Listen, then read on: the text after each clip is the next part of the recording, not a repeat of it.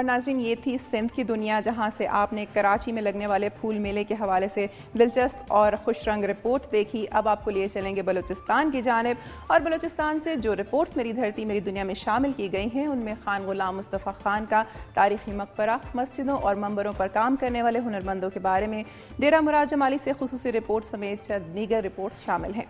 آئیے دیکھتے ہیں۔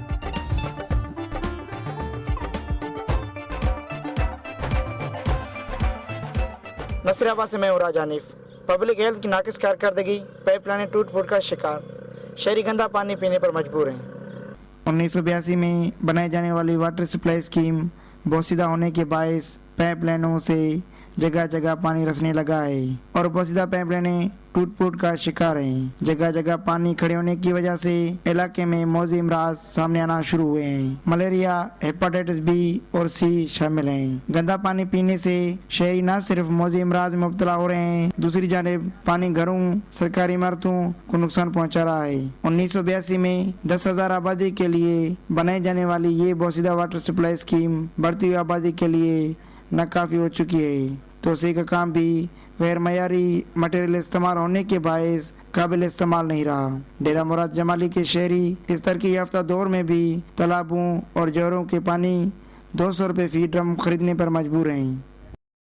محکمہ پبلک ہیلتھ کے ذمہ داروں کو چاہیے کہ وہ بوسیدہ پائپ لائنوں کی فوری تبدیلی کو یقینی بنائے تاکہ عوام میں پھیلنے والی موذی امراض کی روک تھام ممکن ہو سکے۔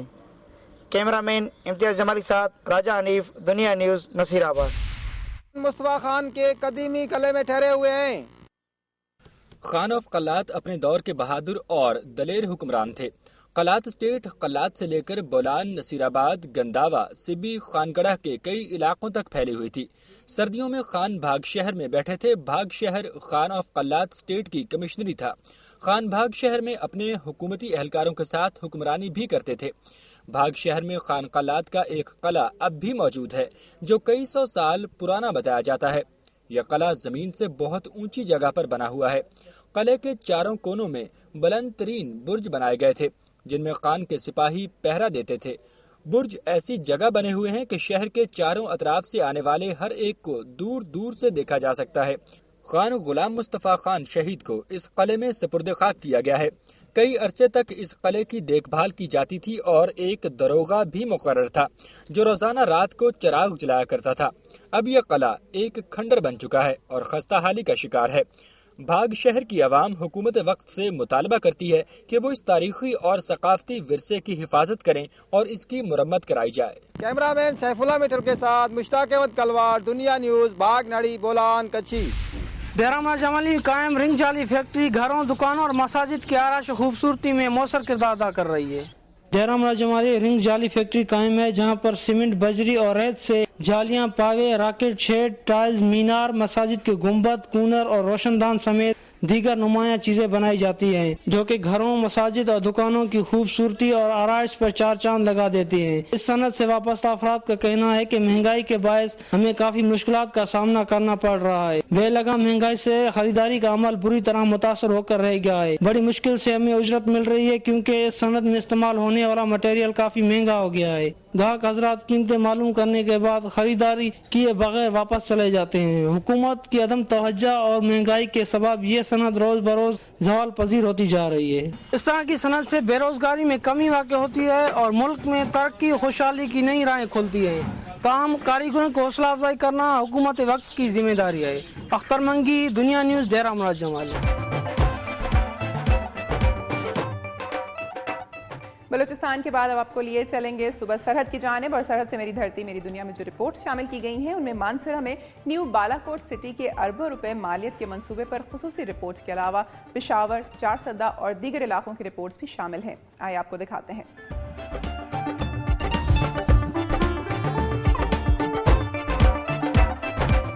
میں مسوات سے سید انور شاہ اور اس وقت ہم موجود ہیں مندورہ شہر میں۔ ملک کی دوسری حصوں کی طرح سوات میں بھی بجلی کی غیر اعلانیہ لوڈ شیڈنگ کا سلسلہ عروج پر ہے جس سے کاروباری زندگی مکمل طور پر ٹپ ہو کر رہ گئی ہے۔